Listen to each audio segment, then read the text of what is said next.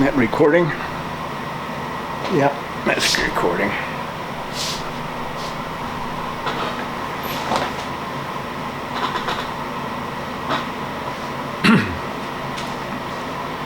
Hi, I'm Romy Miller. I'm starting a new channel here on YouTube called The Sunday Post, which is an outgrowth of my blog by the same name that I've had up for 3 years. And hopefully a lot of people from that blog have moved over here. The 3-year contract I had with the server is up, and they doubled the price, and they've been messing with my blog and putting ads and other things on there that I didn't want, so I dropped it. I'll have a new one up someplace else soon, but in the meantime it'd be YouTube here once a week, and in between then, during the off and on different intervals during the week, I'll have posts on both Facebook and Twitter with pages with the same name, The Sunday Post. And a little bit about myself. I was a chaplain's assistant in the Army for a while, and then the last year I was associate editor of the Post magazine. And once I got out, I worked in photojournalism off and on, worked for a couple of different newspapers and freelance. I was also had 1/3 of a Christian radio program for a while. We'd rotate every week. We'd rotate a different person would do the program. So I came up every 3rd week, which was good for me. I was also a general manager of a rescue mission for a while. Now I'm on the internet with Facebook, Twitter, and now YouTube. And I'm going to make this my main effort, I think, from now on, here on YouTube, and then back it up and sort of supplement things with Twitter and Facebook. And the idea behind this is I want to express or try to convey to you how you should apply the Bible to today's living in modern society. It's difficult, and starting a YouTube channel isn't either. I hope you bear with me through all this from the first few videos until I get the hang of it. It's not an easy thing to do, to start something new. You have to takes practice.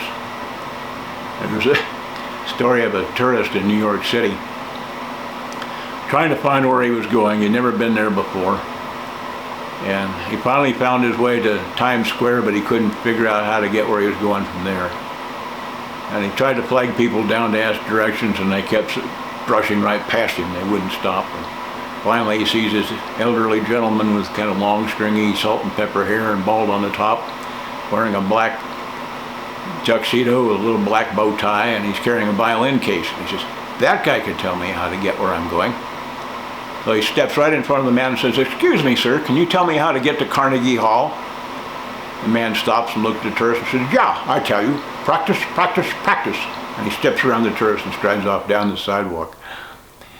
Well, there's a miscommunication. The tourist meant one thing, and the man with the violin case, the violinist, thought something else. He meant something else entirely, so it didn't help the man at all. So I want to try to be clear about what I'm saying and try to anticipate any miscommunications and clear those up. And that's a lot of work. It's something new for me. I'm going to have to practice at this. Writing is one thing and radio is one thing, but being here in front of a camera is something else entirely. So I'm going to try to do that better.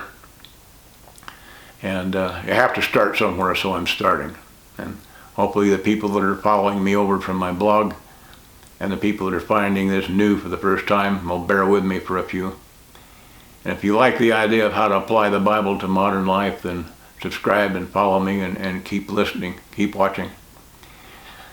So how is important, because a lot of people don't explain that when they're trying to communicate the Bible and how to be a Christian to Christians, or why you should be to people that aren't.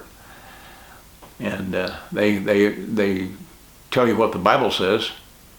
They tell you what you're supposed to do, but they don't tell you why, and they don't tell you how, and how is important.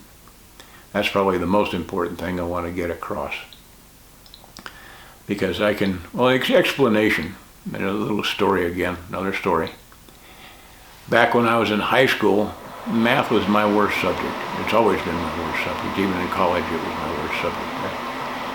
And my algebra teacher was trying to express to me how to work a problem. And he said, well, it had an unknown and the answer was unknown. So there's two unknowns. And he was trying to explain to me how to work this problem. And he says, well, in this equation, he says, we assume that x equals 3. I thought about that for a little bit, and I said, well, you can assume it equals anything, right?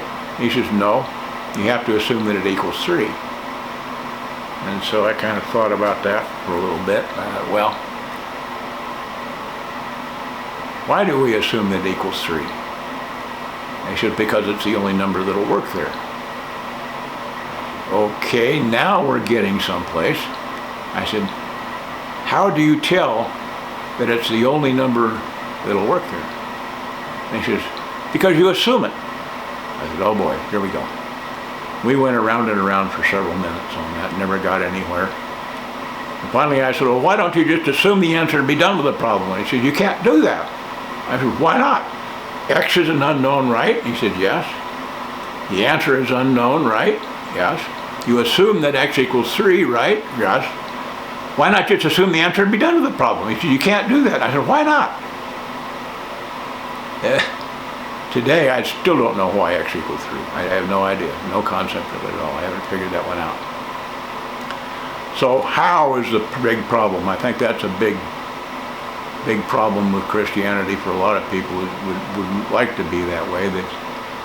They just don't know what to do or how to go about it, and they get lost and get frustrated, and they just go on back to what they're doing instead of going on and trying to learn and try to get somewhere. It's difficult. It's easy, and I'll tell you what, I procrastinated some in getting this video done because it's new to me and it's something that I haven't done before. And yeah, it got a little bit intimidating, a little scary.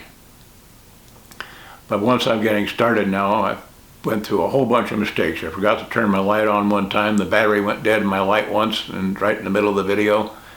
And once I didn't get it started, it wasn't recording. Don't ask me why. And so this is probably about my 6th attempt to do this. I think I can get through it this time. And the big thing about how and why and how to do it is we need to communicate correctly how to be a Christian, and if somebody's not a Christian, why they should be and how to go about doing it, and what the consequences are if you're not a Christian, and be able to get that across to them. And that's not easy. It's more difficult than figuring out how to do algebra problems, probably. So that's what I want to do here, because that's all important. With this COVID virus going around and all the deaths and more people dying every day, and it's getting better now there's a vaccine, but we're not out of the woods yet by a long shot.